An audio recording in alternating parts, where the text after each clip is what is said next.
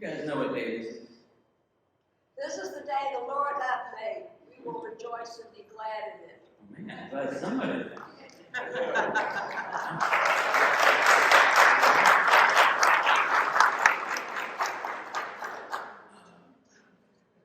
I think if my dad was here, sorry, he liked to exhort us with that all the time. He'd call me and John, everybody up, and he would say that. He'd like to encourage us a lot. In fact, I think if he was here, he would say, I told you I wasn't getting out of here alive. But, so he's not here. He's got a new body. That knee he broke when he was 16 and shattered again 6 years later. That wrist that fused together and he fell out of the tree. All those disappointments from the house that burned down. Now he's dancing in heaven. He probably still can't carry a tune, but the Lord, he makes everything new. Hey, don't have to sound good as him.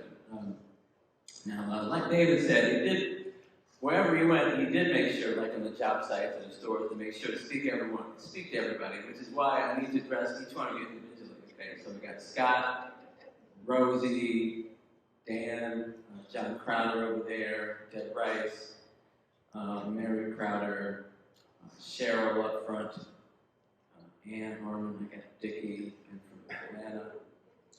Let's see who else is back here.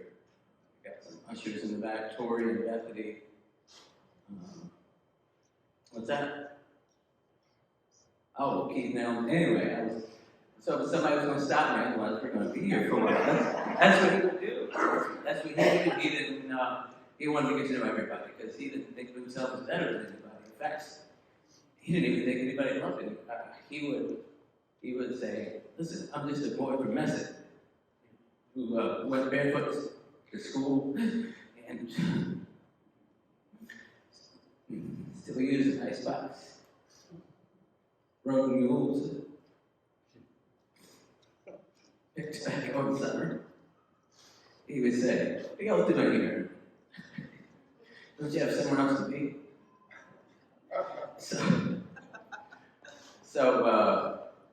Yeah, he was a bit of a learner.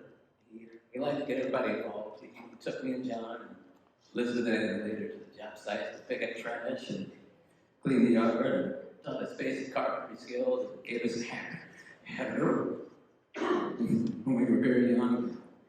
He always talked plainly to everybody. When we would go into somebody's office, they would say, Richard, what can I do for you today? And he'd look right at him and go, you got any money? Just to catch people off guard. Because, he didn't like the same thing that everybody else did. And right near Hampton Christian, we used to take him to school. There's a cemetery, and he would say, the great thing about cemeteries? I'd say, no, what? He would say, everybody's dying to go in there. But he didn't. He's actually getting cremated. Not going to the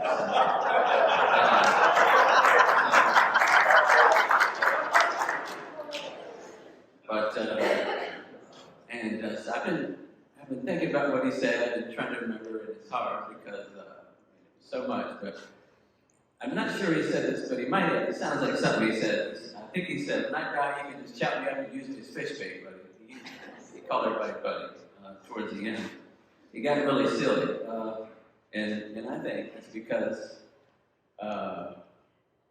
he was great at his job, and he didn't have to know everything else. He didn't like to argue.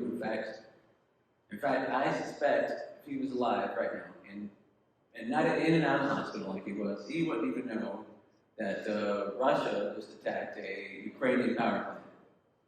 Think about it. If he was alive, he would know that.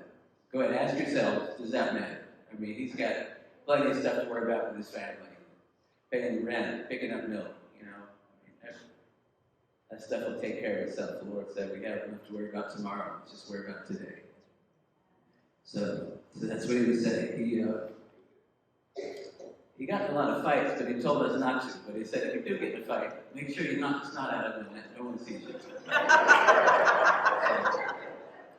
But oddly enough, we watched a lot of violent movies together, but if there was language or sexuality in it, he hated it. And I said, so Dad, what's the difference? He said, listen, a little blood and guts is good for you. That's what he would say.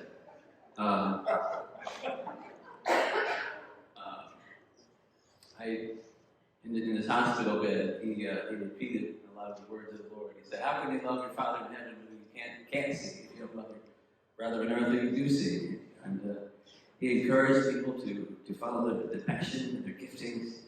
And I never once saw him treat anyone as less important to him. He would, in addition to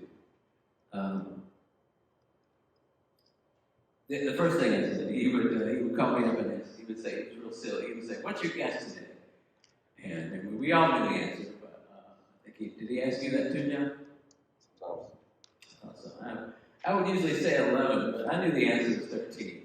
So he would say, wrong, wrong. How could you not know? Sometimes the answer would change depending on the year. But like I said, I think he was silly because he didn't see any point about being so serious about everything all the time.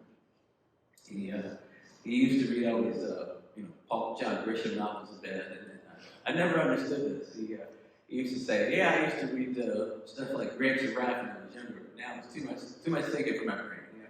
He thought about the job all day long. He would wake up, plan out the job, and then call everybody to encourage him. And he got more done at 7:30 than most people do by the end of the day.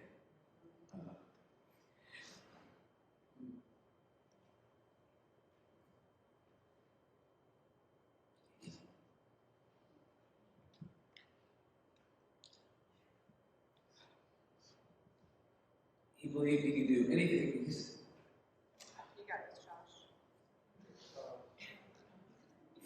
Whew. I should have warned you this was going to happen. I've been crying pretty steadily. It's good. Yeah. It's good.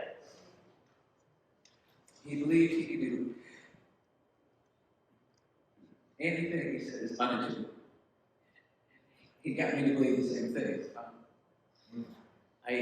He got to see me get married right here in December. Amen. And to my wife Phoebe over here. Ready? Get it up! A lot of these people I grew up with in this church. Anyway, you're going to meet her later. Anyway.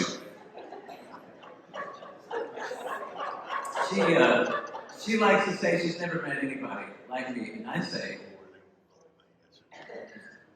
she likes to say there's nobody like me, and I say that's because there's nobody like Richard Dudley. All right.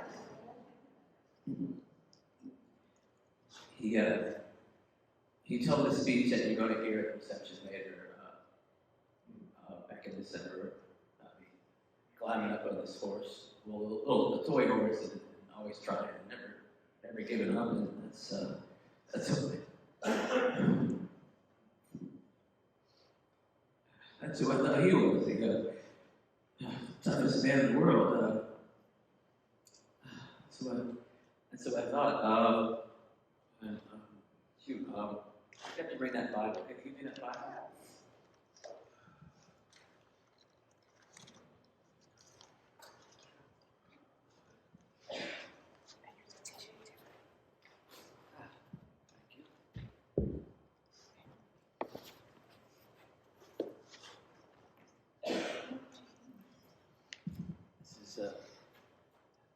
Something he gave me. It's his founder's Bible. And he said a lot of things to me that I never quite understood. It was all honest to goodness. It was only until recently that I knew my grandfather's first name was actually Richard. So Richard Frank Dudley. I just called him Frank. We all did. So he didn't. A lot of words he said with his thick accent, I never quite understood. Like when I worked for him in the construction industry, he always used to tell me to order tiles and bassets.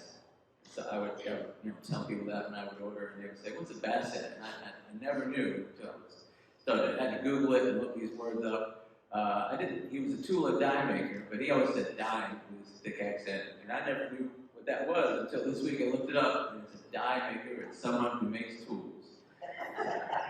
See? You just don't know these things. You just don't know these things.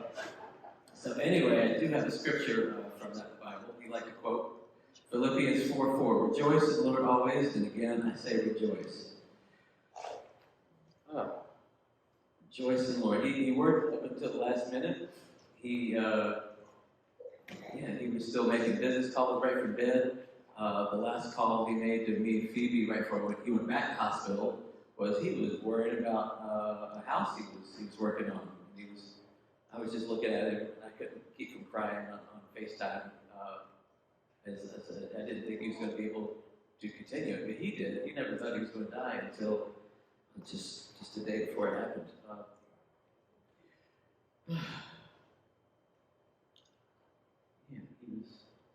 He was everything to me.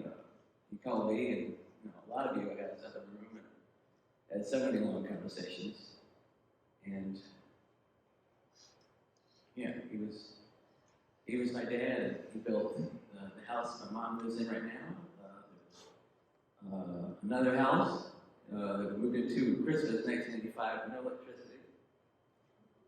He built a room addition of the previous house that me and John used to run in and out of while there was no wall there to play tag. He built most of the houses in one of those neighborhoods. And we used to climb a dirt clog mountain and have a dirt clog course. I think Scott, you can see it. We always had good times. Good times, buddy, he would say. Well, I have been looking forward to this funeral being over because I didn't want people to stop talking about my dad. So that's, I was fortunate enough to be able to collect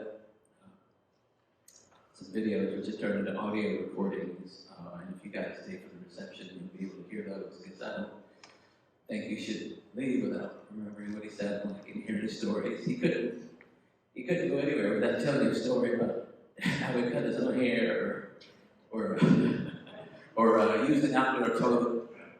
He called it a privy, that's what they're called. So he was always full of stories. And so, rejoice in the Lord always.